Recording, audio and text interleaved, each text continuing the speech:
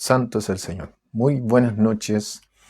Que el Dios del cielo les bendiga, les guarde, les proteja en este día. Les saluda el hermano Jacob.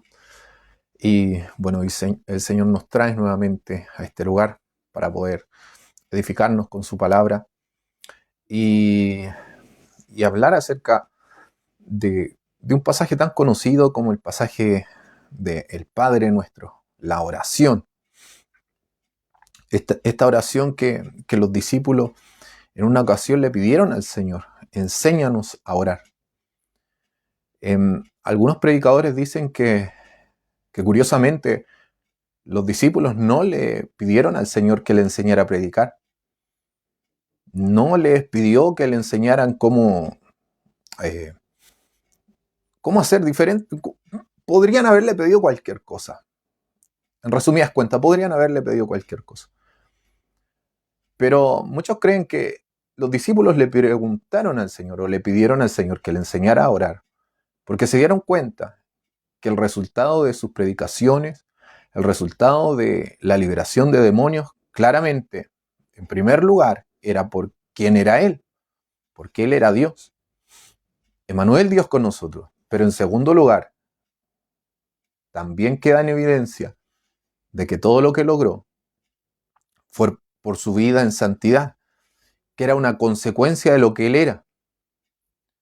Porque la santidad es una característica del Dios Santo, el cual servimos. Por lo tanto, esa vida de santidad, de consagración, de dependencia del Padre, iba a tener como resultado los milagros, los prodigios, la autoridad que Él por sí mismo poseía. Pero esa dependencia del Padre era una consecuencia de su santidad, de quién era Él. Y de esa humildad que Él venía a demostrar. Él, siendo Dios, se iba a ser inferior tomando nuestra condición humana. Iba a tomar nuestra naturaleza, se iba a humillar, iba a tomar esa condición de esclavo, y va a ser en esa condición de esclavo que va a comenzar su ministerio. De esta manera comenzamos el programa del día de hoy. Esperamos en el Señor que pueda ser de edificación. Vamos a estar leyendo Mateo capítulo 6, verso 9.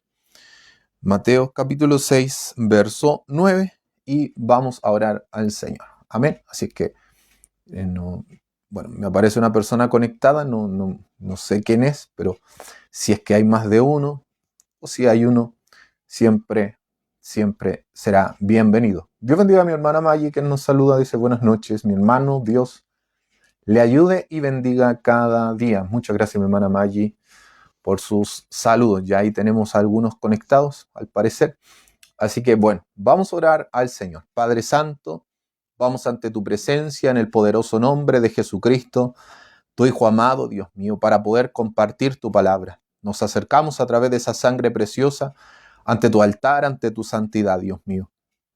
En esta hora te bendecimos, te damos las gracias por todo lo que has hecho, porque tú eres bueno, como dicen los salmistas. Para siempre es tu misericordia y tu fidelidad por todas las generaciones, Señor.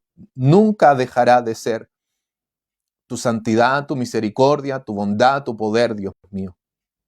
El cielo y la tierra pasarán, pero tus palabras nunca pasarán. Rogamos en esta hora la unción, la presencia de tu Espíritu Santo para que nos dirija, para que me uses por misericordia, Dios mío. Traigas una palabra fresca a mis labios. Y tú conoces cada corazón, tú conoces la condición de mis hermanos, de mis hermanas, de los que están detrás de pantalla, Señor. Tú conoces nuestro pasado, nuestro presente, nuestro futuro, nuestros pensamientos, Señor. Ante ti no hay nada oculto que no haya de manifestarse. Por eso escudriña nuestros corazones por medio de tu Santo Espíritu, por medio de tus ojos que son como llamas de fuego, por medio de tu santidad, Dios mío. Dirígenos. Líbranos de toda obra del maligno, Señor, y que este programa pueda servir para edificar, para que ya no seamos nosotros, para que no se haga nuestra voluntad, sino la tuya. Guíanos a través de caminos de justicia por amor de tu nombre. Dirígenos, porque tú eres el Señor y nosotros somos tus siervos, tus esclavos. Para eso viniste, para que tengamos vida y la tengamos en abundancia. Pero también tú eres el buen pastor, que tú hablas y tus ovejas oyen tu voz y te siguen, Señor. porque son los que son tus ovejas, oyen la voz del buen pastor. En el nombre poderoso de Jesús, rogamos tu bendición sobre cada hogar, sobre cada vida, para gloria de tu nombre, en el poderoso nombre de Jesús. Amén y amén. Bueno, vamos a comenzar entonces la lectura. Se encuentra en el Evangelio según San Mateo. Mateo capítulo 6, verso 9. Mateo capítulo 6, verso 9. Vamos a encontrar entonces la lectura de el Padre Nuestro. Dice así entonces: vosotros pues oraréis así: Padre nuestro, que estás en los cielos, santificado sea tu nombre, venga tu reino, hágase tu voluntad, como en el cielo, así también en la tierra. El pan nuestro de cada día, dánoslo hoy, y perdónanos nuestras deudas, como también nosotros perdonamos a nuestros deudores. Y no nos metas en tentación, mas líbranos del mal, porque tuyo es el reino, y el poder, y la gloria, por todos los siglos. Amén. Hemos leído entonces palabra de Dios. El Padre Nuestro, famosa oración.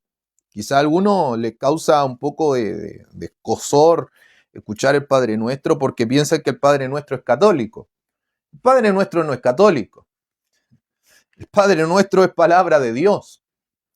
El Padre Nuestro tampoco es una vana palabrería, porque la palabra de Dios no es palabrería barata. No es un sistema religioso, no es algo creado por un sacerdote, por un cura católico, por un papa, ni nada de eso. El Padre Nuestro es la forma que el Señor Jesús enseñó a orar. Claramente, no va a ser todo lo que nosotros vamos a decir, pero como es una enseñanza, como es una instrucción, nos va a guiar en la oración. Eso es lo que querían los discípulos. Esto es lo que querían los discípulos. Vemos el texto paralelo en el Evangelio según San Lucas, en el capítulo 11, verso 1. Lucas, capítulo 11, verso 1. Y esto usted lo puede encontrar en cualquier concordancia bíblica. Si usted tiene una Biblia común y corriente, le va a aparecer la concordancia. Lucas, capítulo 11, verso 1 dice así: aconteció que estaba Jesús orando en un lugar. Ya eso nos dice mucho, porque los discípulos quieren aprender. Discípulo significa aprendiz. Y ese discípulo que quiere aprender de su maestro, va a aprender tanto lo que dice su maestro, como va a aprender lo que hace su maestro.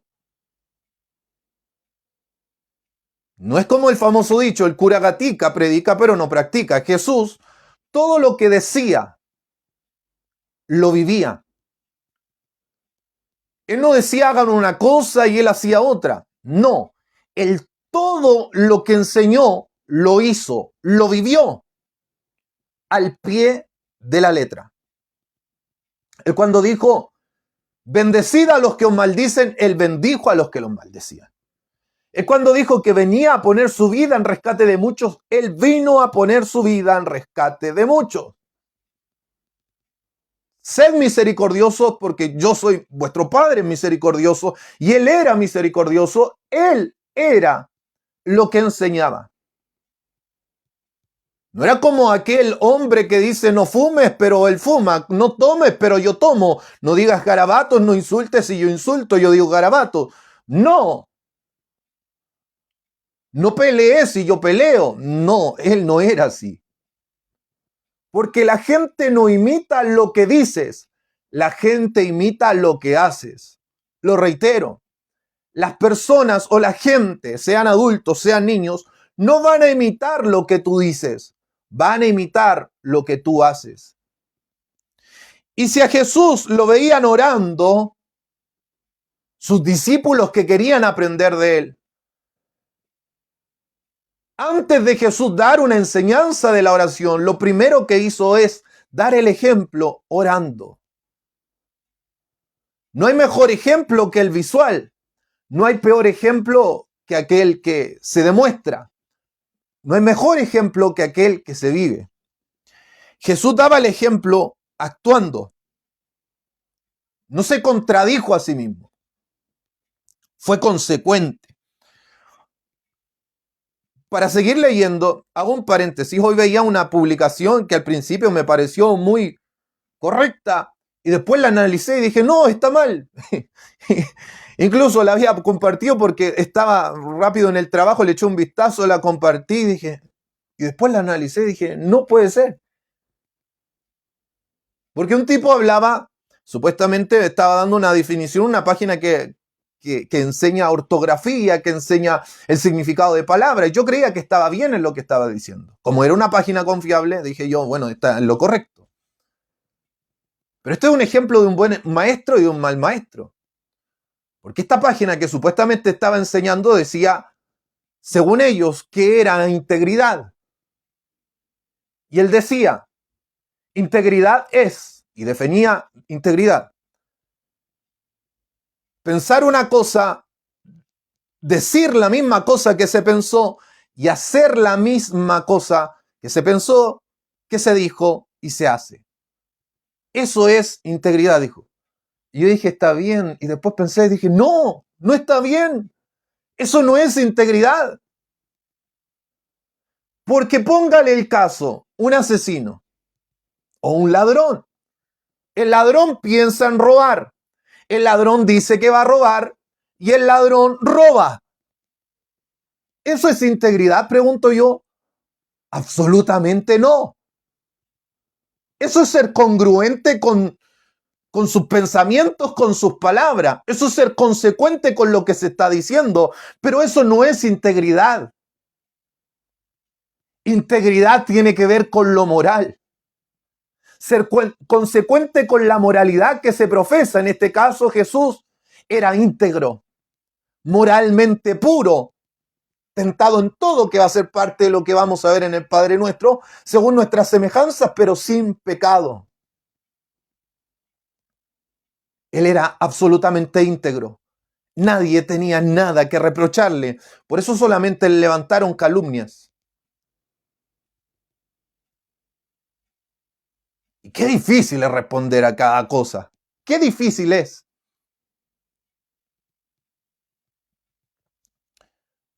Pero él predicaba con el ejemplo. Entonces, Lucas 11:1, aconteció que estaba Jesús orando en un lugar. Y cuando terminó, uno de sus discípulos le dijo, siempre va a haber uno que va a querer más de su maestro.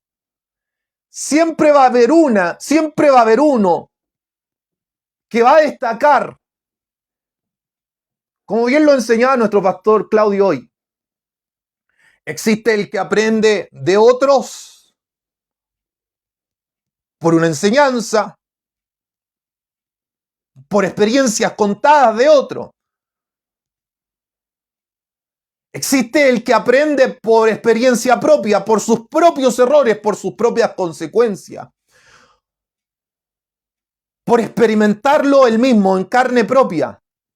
Y existe el torpe que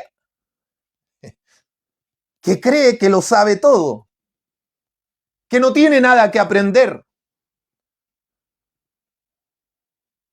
El que dice que no tiene nada que aprender nunca va a escuchar a nadie.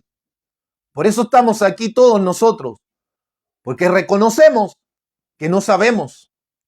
Y Pablo incluso le dice a los corintios, incluso lo que ustedes creen saber, no lo saben como deberían saberlo.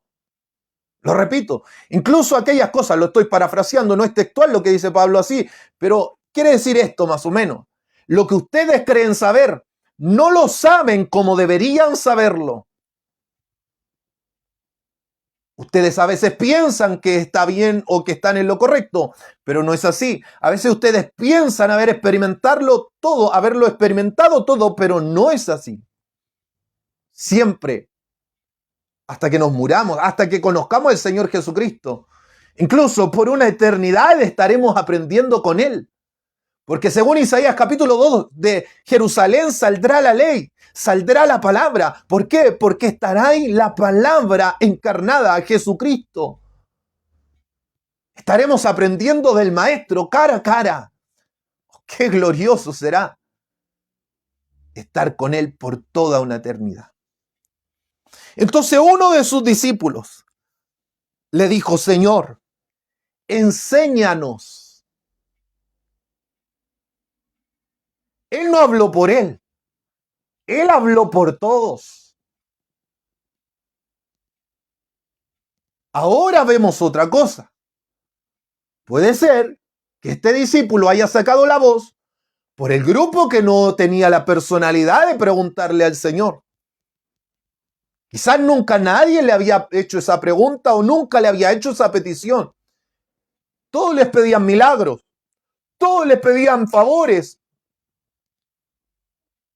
pero nadie le pedía la fórmula.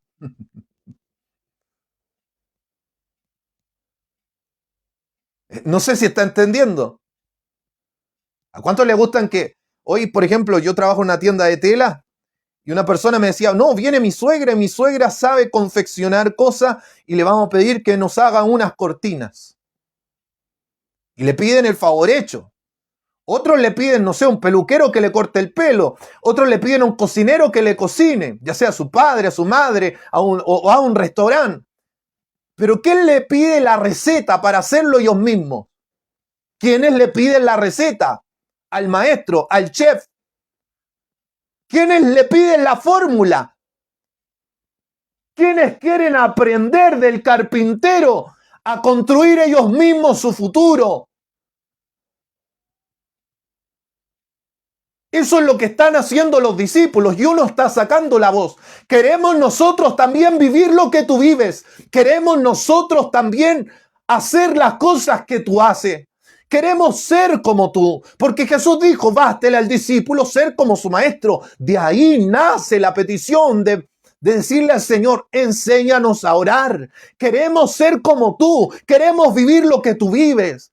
Es verdad, nunca seremos Dios, pero Cristo vino a darnos ejemplo de cómo poder vivir.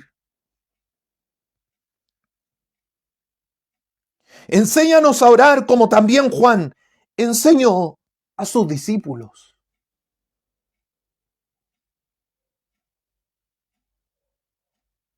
Juan también era maestro. Habían otros maestros. El título rabí era un término general que se le daba a cualquier maestro de la Biblia. Pero mire lo curioso, también los discípulos de Juan necesitaban orar. Si los discípulos ven que Jesús ora, entendieron ellos que era de vital importancia la oración. La pregunta es, si los discípulos de Juan vieron importante la oración, si Jesús vio importante la oración, si los discípulos de Jesús vieron importante la oración, pregunto yo ahora, ¿cuánto más nosotros, que somos hombres pecadores, mortales, falibles, cuánto más nosotros no necesitamos orar?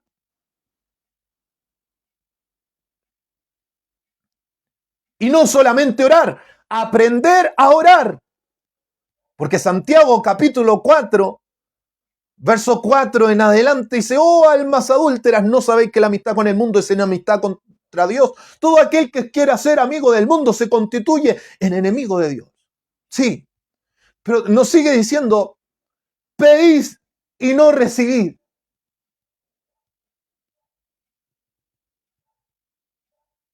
Porque no pedís. Codiciáis, ardéis de envidia. Sí, pedís y no recibís. ¿Por qué pedís mal? Oras mal. Sus deseos no son los deseos de Dios. Ustedes no saben orar. O sea, no es que ellos quizás no oraban, sí oraban, pero querían orar de la manera correcta. ¿Cómo orar de la manera correcta? Puedo desgastarme orando y estar orando mal. Y Santiago, que es el hermano del Señor, nos dice que pedimos, que oramos, pero oramos mal. ¿Y por qué oramos mal? ¿Porque no pronuncio correctamente? ¿Por qué oro mal? Porque no hago mi oración como dicen los falsos judíos mesiánicos, que la tengo que hacer en arameo, porque en arameo Dios me va a escuchar, porque Jesús hablaba arameo, y claro, porque Dios es un ignorante que no conoce los idiomas de la gente. ¿Por eso no me escucha? No. ¿Por qué pido mal? ¿Por qué oro mal? Porque pedís mal para gastar en vuestros deleites. O sea, mi voluntad es el problema de la oración.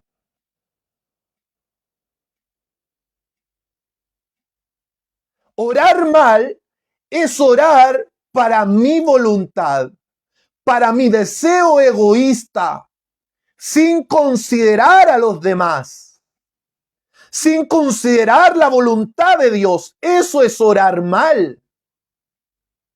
¿Sabía usted eso?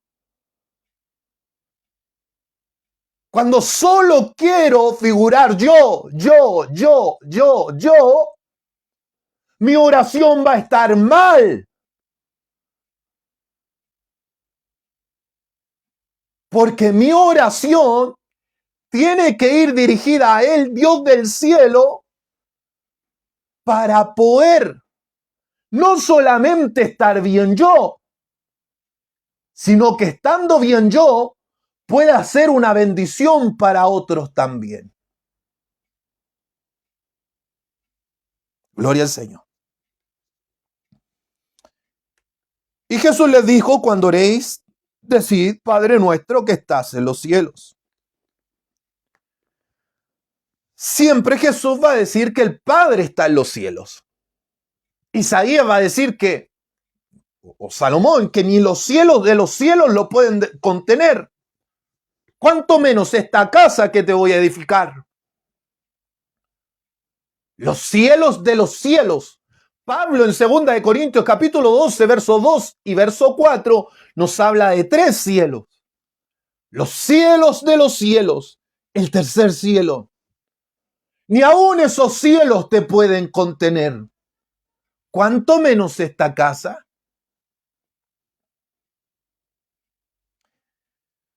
El Padre está en los cielos, y al estar en los cielos indica que es superior a nosotros.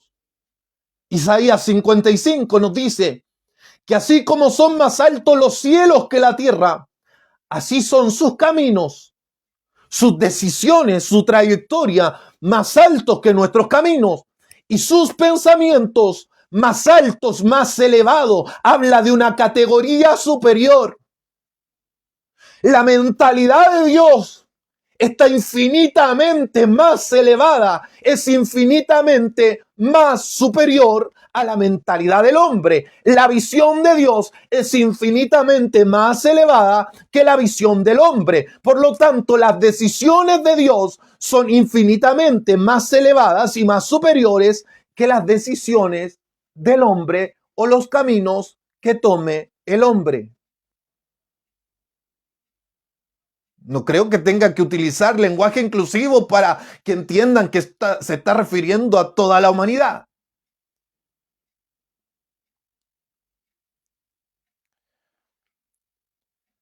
Santificado sea tu nombre. Se lo iba a leer en griego, pero me van a pelar, así que mejor no. Mejor no. Mejor búsquelo en YouTube. Además me voy a demorar mucho. Padre nuestro, que estás en los cielos, santificado sea tu nombre. El santificar el nombre de Dios, el santificar a Dios, es reiterar la oración que ya está en el cielo, porque si la oración comienza al Padre que está en el cielo, y Jesús añade algo más adelante: todo lo que pidierais al Padre en mi nombre lo hará.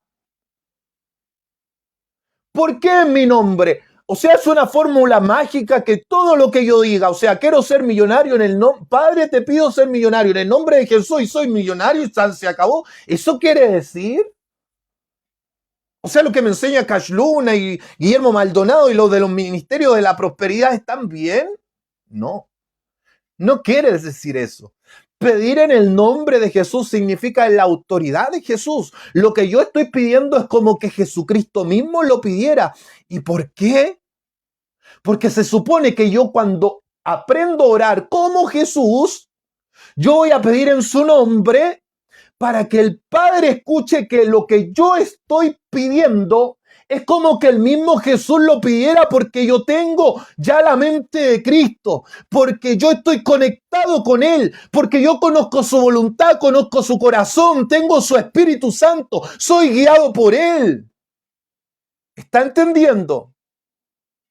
Y yo me dirijo ante un Dios santo, que yo no voy a pedir barbaridades. Como dice Santiago, pedid y no recibid porque pedís mal para gastar en vuestros deleites. Yo no voy a pedir un pecado, porque Dios al cual me estoy dirigiendo mi oración es santo. Y ojo, que oración no solamente es pedir, oración es hablar.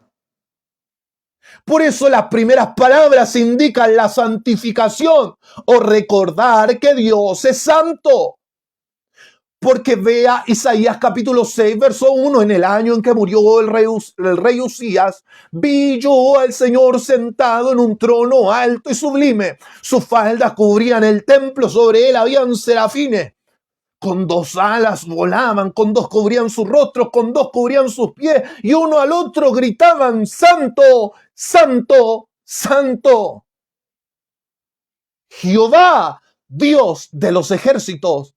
Toda la tierra está llena de tu gloria o de su gloria.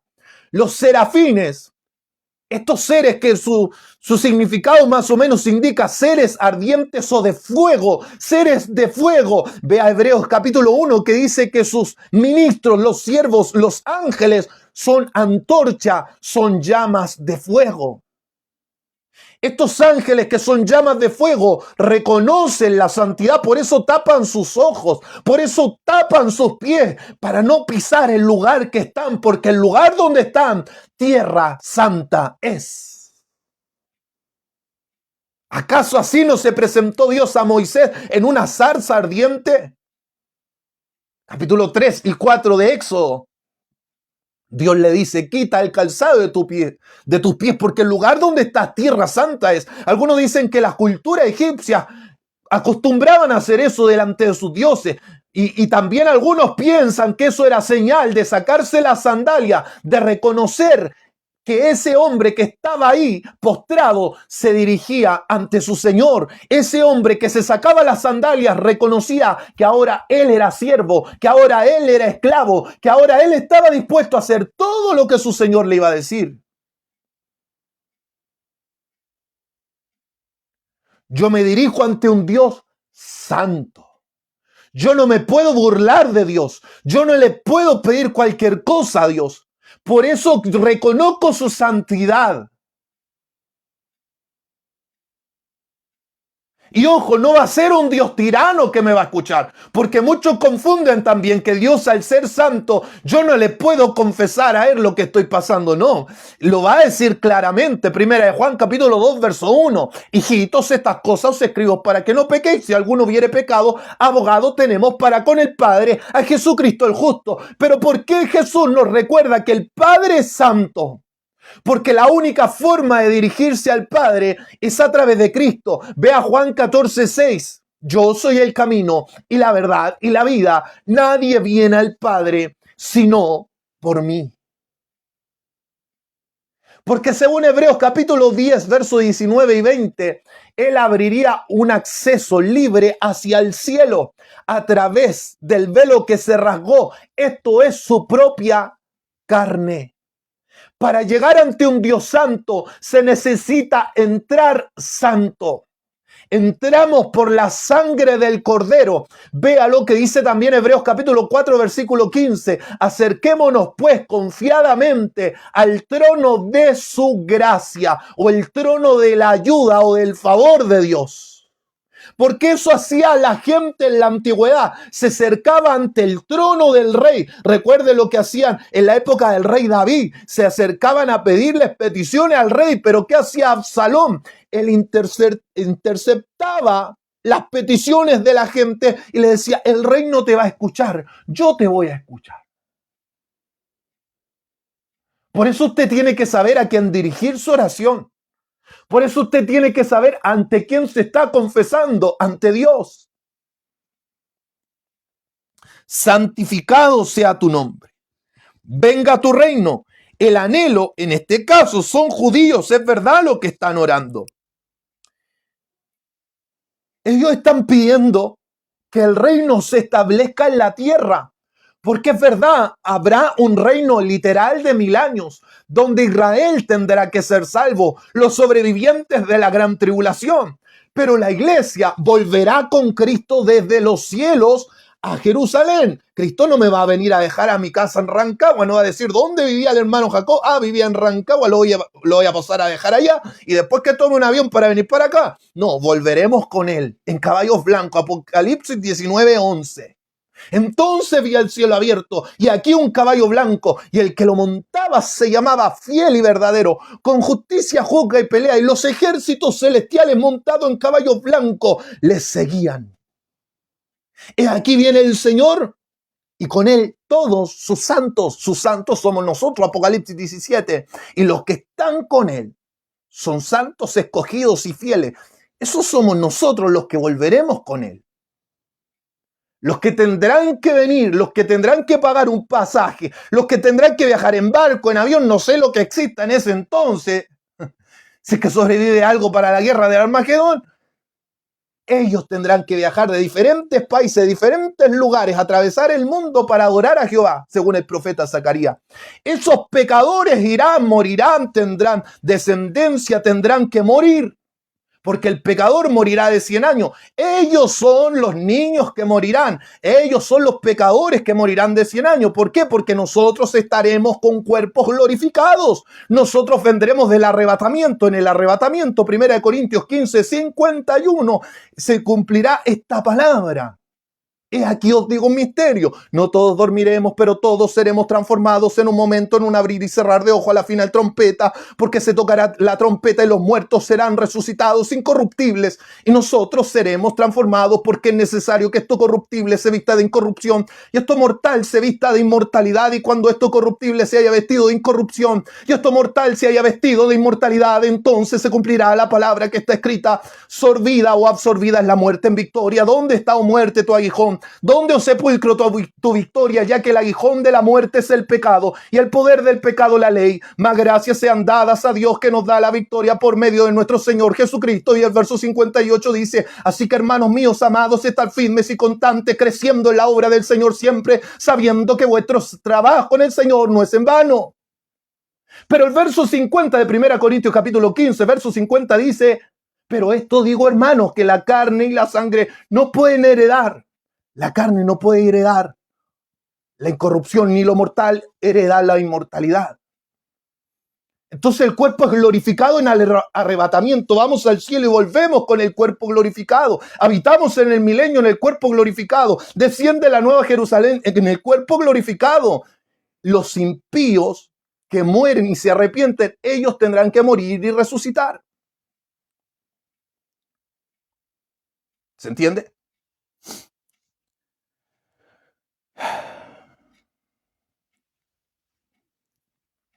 Venga tu reino. Habrá un reino literal. La Didache, 90 después de Cristo, también nos habla de un reino literal.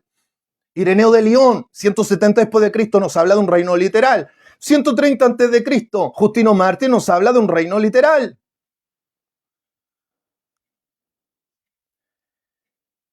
Venga tu reino, porque habrá un rey. Mismo Apocalipsis 19, verso 11 en adelante, nos dice que el título es Rey de Reyes. En su muslo y en sus vestiduras tiene este nombre. No quiere decir que es un tatuaje en el muslo, como lo interpretan algunos. No, es en las vestiduras, en el muslo que está. La vestidura está en el muslo y esa vestidura que está en el muslo tiene escrito el nombre. El nombre está en la vestidura. Rey de Reyes y Señor de señores. Habrá un reino y habrá un rey. Y si hay un rey, se hace la voluntad del rey, no del súbdito, no del plebeyo. Se hace la voluntad del rey, porque él es rey de reyes y señor. El Señor ordena, el siervo obedece. Así que cuando usted ore, recuerde que está hablando con un rey, no está hablando con su esclavo. Se lo reitero, cuando usted y yo oremos, recordemos que estamos hablando con el Rey de Reyes. No estamos hablando con un esclavo. Yo le obedezco a él, no él me obedece a mí. Pero ¿cómo entonces hago oración? Porque mi voluntad va a estar ligada a la de él. Aquí lo vamos a ver.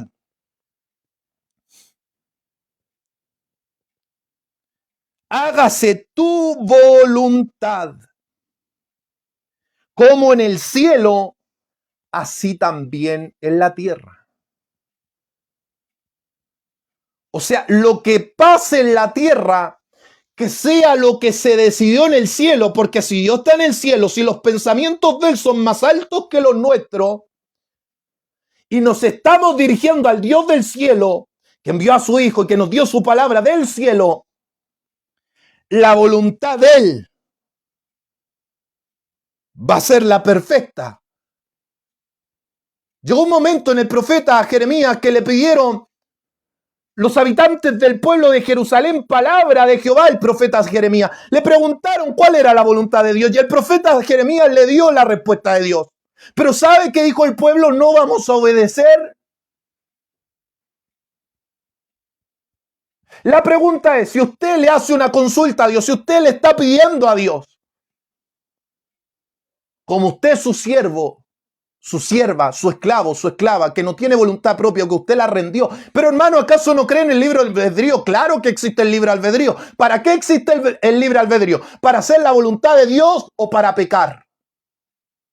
¿Qué? ¿Para qué existe el libre albedrío? Para hacer la voluntad de Dios, que es su voluntad, o hacer mi voluntad, que es pecar. Porque esa es mi voluntad.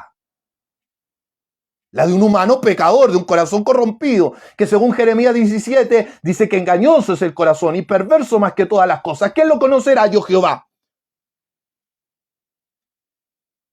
El corazón de Cristo era santo, pero mi corazón, su corazón, por eso dice Proverbios 4:23, sobre toda cosa guardada, sobre toda prioridad que tengas que cuidar, cuida tu corazón, porque de él emana la vida. ¿Sabe que según la neurociencia, incluso el corazón tiene neuronas?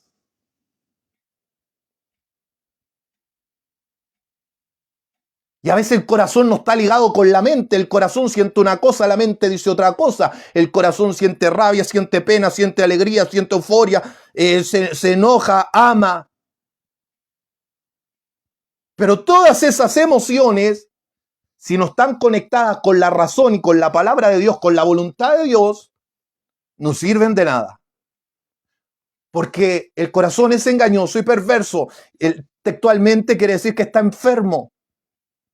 No tiene la sanidad santa de Dios.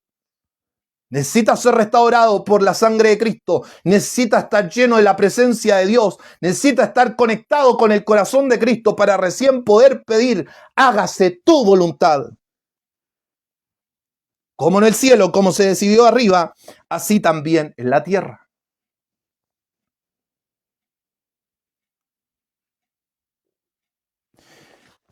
Quiero extenderme un poquito más en esto. No muchos minutos, claramente, porque el tiempo es limitado, pero vea lo que dice Mateo 26, porque Jesús enseñó a orar así, y él oraba así. ¿Cómo Jesús oraba? Hágase tu voluntad. No creo, hermano. Mateo 26, verso 40. Antes de ir a la cruz, nos van a relatar un poquito su oración. Juan capítulo 17 ya lo da de manera más extensa, todo lo que dijo. Pero aquí va a relatar solamente algunos aspectos de esta oración. Mateo 26, verso 26, cuando está en el huerto de Getsemaní, vino luego a sus discípulos y los halló durmiendo y dijo a Pedro, ¿así que no podéis velar conmigo una hora?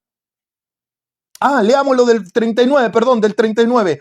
Yendo un poco adelante, se postró sobre su rostro orando y diciendo: Padre mío, si es posible, pase de mí esta copa, esta experiencia, esto que voy a vivir, pero no sea como yo quiero, sino como tú.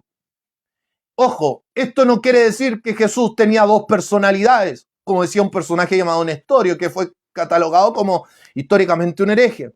Jesús no tenía dos personalidades, no eran dos personas en una, no, es una persona con dos naturalezas,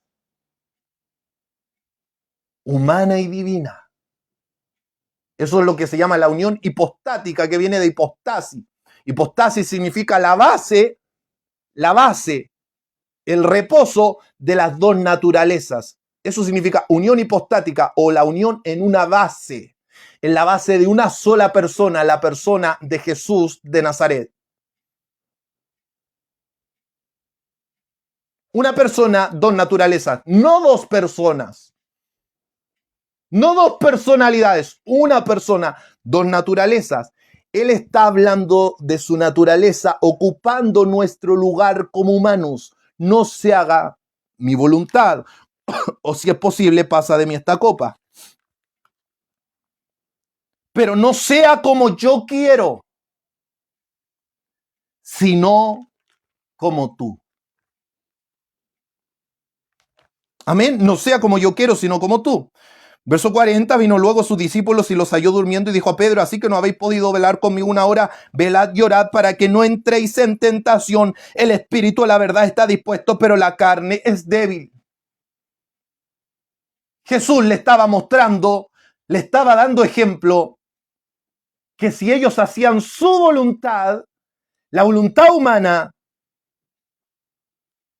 no iban a cumplir el propósito de Dios. Y creo que esta oración es la parte más difícil de orar.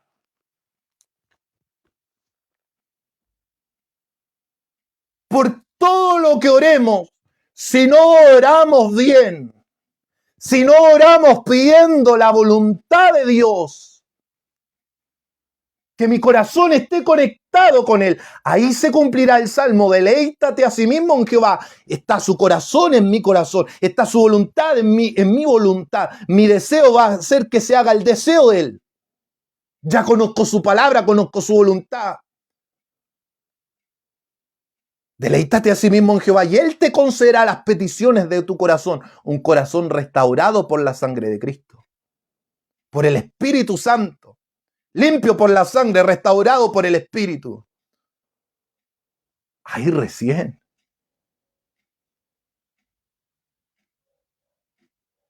Como lo dijo un siervo de Dios, y eso me marcó cuando yo debo haber tenido unos 10 años. Pastor Lira, José Lira de Curicó, de la Unidad Metodista Pentecostal. Una sola frase me aclaró la película. Dios no concede caprichos. Dios no concede caprichos. Clarísimo. Clarísimo, hermano.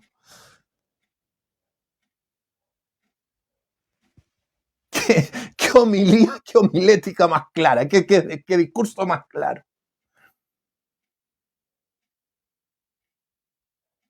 Por eso van a haber oraciones, gente que ora que va a estar frustrada. Es decir, ¿por qué Dios no me responde? ¿Por qué Dios no me escucha? Dios se olvidó de mí. No, Dios no se olvidó de nadie. Te compró a precio de sangre, me compró a precio de sangre. ¿Cómo se va a olvidar de usted? Si lo formó en el vientre de su madre, ¿cómo se va a olvidar de mí? Ve a Isaías 40, verso 21 más o menos. ¿Por qué hablas tú, Jacob, y dices: oh Israel, mi camino está escondido de Jehová y de mi Dios pasó mi juicio? Dios no me va a hacer justicia. ¿No has sabido, no has oído que el Dios eterno es Jehová, el cual creó los confines de la tierra? Creó hasta Chile, creó la Antártida, creó los polos. Él no desfallece ni se fatiga con cansancio. Él da esfuerzo al cansado, multiplica la fuerza al que no tiene ninguna. Los muchachos se fatigan y se cansan. Los muchachos lo podremos traducir como inexperientes, los que no tienen experiencia, los que les falta vivir en la vida, los que no tienen experiencia, los que no conocen la voluntad de Dios, los que están apartados de este libro santo, se fatigan y se cansan. Por eso no es solo danzar, no es solo hablar en lengua, no es solo tener un don. Es ir aprendiendo a cómo vivir. Los muchachos se fatigan y se cansan, los que no tienen experiencia con Dios, los que no conocen su voluntad, los que no están sujetos a la voluntad de Dios, se fatigan y se cansan y se rinden y no quieren seguir más. Por eso hay tanto descarriado, sí, porque los muchachos, los inexperientes, no importa si tienes 200 años o 1 año en el Evangelio, si no has aprendido de Dios, si no has madurado en Dios, eres un muchacho, un inexperto o inexperta espiritual.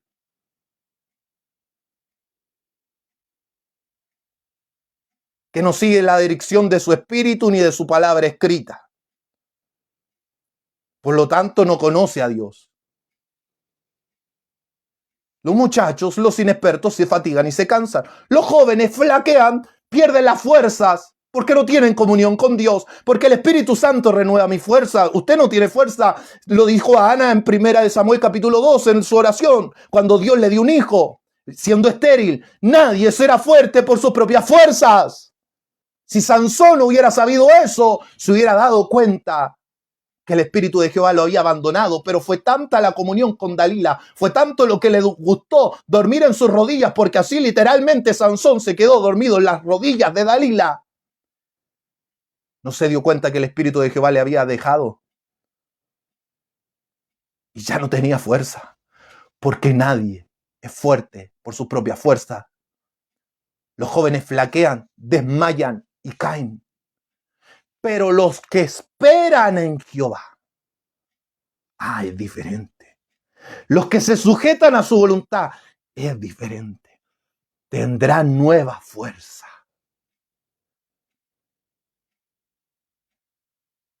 Remontarán alas como de águila. Todos los ejércitos que eran rápidos para atacar, el de Alejandro Magno, el leopardo que tenía alas, que volaba. Israel sale con las alas del águila de Egipto. Quiere decir que tenían fuerzas para huir. La rapidez, la velocidad. Como Red Bull que te da alas. En este caso no será Red Bull, será Dios que te dará alas para poder seguir esta batalla, esta carrera, para correrla legítimamente y llegar al final a la meta. No sé si le está interesando lo que la palabra del Señor nos enseña. ¿Por qué no es el hermano Jacob, hermano, si el hermano Jacob no tiene nada que decir? Pero Dios, si pudo usar un asno, si pudo usar una zarza, le puede usar a usted y a mí. Y la gloria no es del barro, la gloria siempre es del alfarero. La gloria no es de la criatura, sino de aquel creador. La gloria no es del instrumento, sino de aquel que lo toca. ¿Está entendiendo? Hágase tu voluntad, entonces es la petición más dura, la que va a causar dolor, la que va a causar llanto, la que va a causar que se reviente su corazón orando. Señor, yo quiero hacer esto. Señor, esta es mi intención. Señor, esta es mi voluntad. Eso es voluntad, deseo, lo que me agrada. ¿Qué voy a hacer? ¿Lo que me agrada a mí o que le agrada a Dios?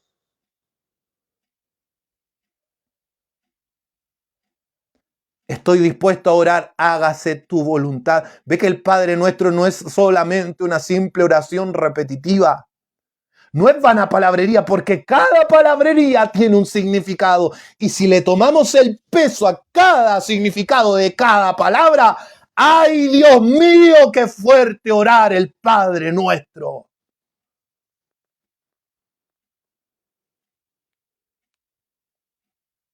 Quiero un auto, quiero una casa, quiero un novio, quiero una novia. Quiero ser millonario, quiero viajar, quiero tener éxito, quiero esto, quiero lo otro, mi futuro. Pero que no se haga como yo quiero, sino como tú.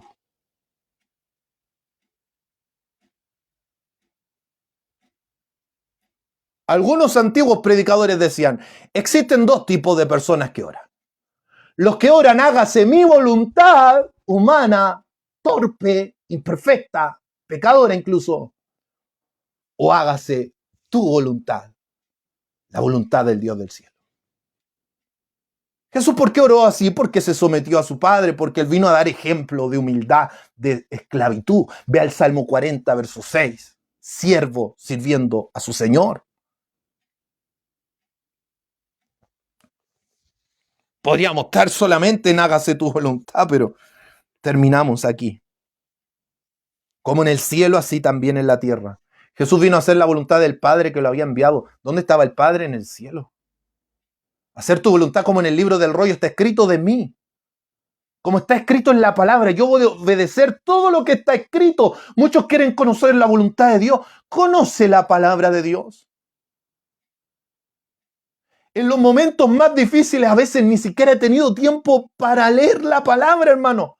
Y han sido los momentos más oscuros. Porque en el momento que usted no puede meditar en la palabra, va a meditar en usted mismo.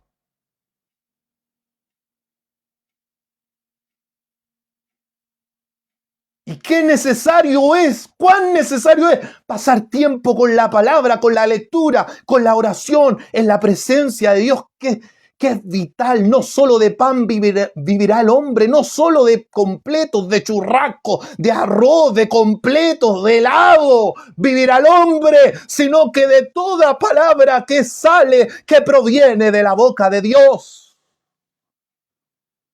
¿Por qué yo tengo que hablar con Dios si Dios lo sabe todo?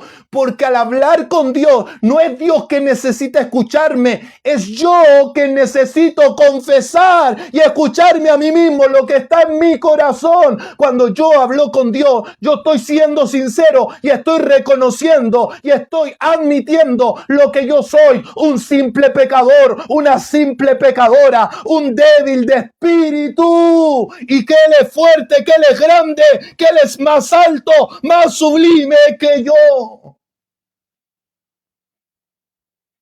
¿Dónde estás tú, Adán? ¿Acaso Dios no lo sabe todo? ¿Por qué le pregunta a Adán dónde está? Porque Dios quería que Adán se viera a sí mismo. ¿Dónde estaba él? ¿Dónde estaba Adán? Apartado de la voluntad de Dios, lejos de donde Dios lo puso.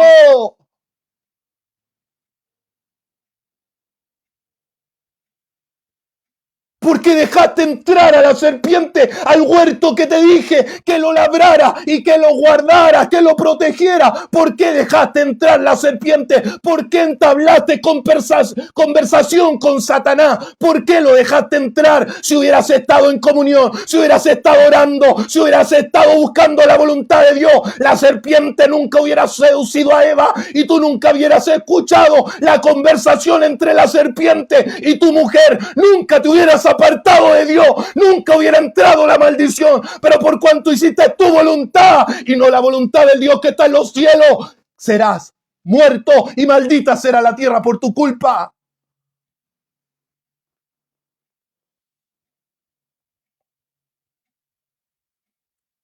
¿Ve lo terrible que es no pedir hágase tu voluntad? Cuando fueron en Deuteronomio y enviaron espías, envíalos tú. El número dice que Jehová le dijo a Moisés que enviara espías.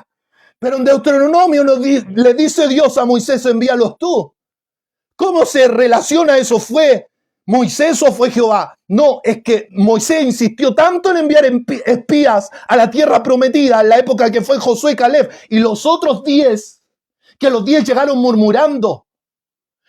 Pero ¿cómo se reconcilian esos dos versículos? Porque la verdad de todas las cosas es que Moisés y el pueblo insistió tanto en ir a la tierra prometida antes de llegar, enviar espías antes de la voluntad de Dios, que Dios le dice, hazlo, vayan, pero en tu nombre, no en el mío. Háganlo, pero bajo tu responsabilidad, no bajo la mía. Hazlo bajo tu voluntad, esa es tu voluntad, no la mía, Moisés. Envíalos tú, yo no me hago cargo. Que se haga tu voluntad. ¿No quieres orar? Hágase tu voluntad en la que está en los cielos. Haz tu voluntad, después no llores. Llegaron murmurando. No, es que son más altos que nosotros somos como langosta. Pero Josué y Caleb, que había un espíritu diferente, los comeremos como pan, decían. Solo ellos sobrevivieron, los otros murieron. Porque hicieron su voluntad, no la voluntad de Dios. Hágase tu voluntad, como en el cielo, así también en la tierra. Verso 11, el pan nuestro de cada día, dánoslo hoy. Cuando yo quiero hacer la voluntad de Dios, solamente me voy a preocupar por el pan diario. Solamente me voy a preocupar del día de hoy. Porque si me preocupo de mañana y del año que viene, y de los 20 años que vienen, y de los 80 años que vienen, que ni siquiera sé si voy a estar vivo, si el Señor va a venir, eso se llama ansiedad. Por eso dice Pedro que hay que echar sobre Él toda nuestra ansiedad porque Él tiene cuidado de nosotros. Señor, tengo esta tentación. Señor, tengo esto. Esta es mi voluntad, pero quiero que se haga la tuya. Señor, lo entrego delante de ti. Esta es mi tentación. Este es mi pecado. Lo entrego delante de ti. Límpiame con tu sangre. Hágase tu voluntad porque tú eres un Dios santo. Tú eres Señor. Yo soy tu esclavo. Quiero tu reino. No quiero el mío. ¿Está entendiendo? Terminamos. Y perdona nuestras deudas, como también nosotros perdonamos a nuestros deudores. Esto es un ejemplo para hablar de los pecados. Él nos ha limpiado, ha perdonado nuestros pecados, pero nosotros debemos perdonar los pecados de los demás. ¿En qué sentido? No que los vamos a hacer limpios, en el sentido que nosotros no vamos a cobrar venganza. Esa palabra perdonar las deudas indica dejar ir al deudor. No cobres venganza. Déjalo ir. Es que me debe, déjalo. No pagues mal por mal. Déjalo. Déjala. No se arrepintió, no importa. Déjalo. Porque el Señor ya me perdonó a mí. Hay que perdonar a los demás. Si no perdonáis, verso 14, a los hombres sus ofensas, os perdonará también. Si os perdonáis, os perdonará también a vosotros vuestro Padre Celestial. Verso 13, y no nos metas en tentación. No es que Dios tiente, no es que Dios meta tentación. Vea el capítulo 4 de Mateo, terminamos en esto. Fue llevado por el Espíritu al desierto para ser tentado por Satanás. Santiago 1:12 y verso 14, Dios no tienta a nadie ni es tentado por el mal, sino que cada uno es tentado por sus propias concupiscencias, sus propios deseos. Jesús, la única diferencia es que tomó nuestro lugar para ser tentado, pero sin pecado, porque su corazón era santo, limpio, pero Él ocupó nuestro lugar para poder sentir lo que sienten los tentados. Pero incluso en la cruz, Él sintió la culpabilidad de un delincuente sin nunca haber sido un delincuente, de un drogadicto, de un alcohólico, de todos. Y líbranos del mal. Hay dos significados para tentación: prueba y tentación. Lo más probable es que indique de prueba, haciendo la diferencia del mal. Líbranos del mal. Algunos creen que indica el maligno, Satanás, el que verdaderamente quiere que el hombre caiga en tentación. ¿Por qué me puede librar? Él es poderoso para librar a los que son tentados, porque Él se compadece de nosotros, porque Él fue tentado en todo, igual que usted y yo, pero sin pecado. ¿Por qué Él es poderoso? Porque suyo es el reino, el poder, la gloria, por todos los siglos de los siglos. Amén. Algunos manuscritos defectuosos evidentemente no tienen algunos versículos bíblicos, pero sabemos que es así, porque Él es rey. De Él es el poder, de Él es la gloria, por siempre y para siempre. Que el Dios del cielo les bendiga. De fuera de pantalla leo los saludos. Muchas bendiciones.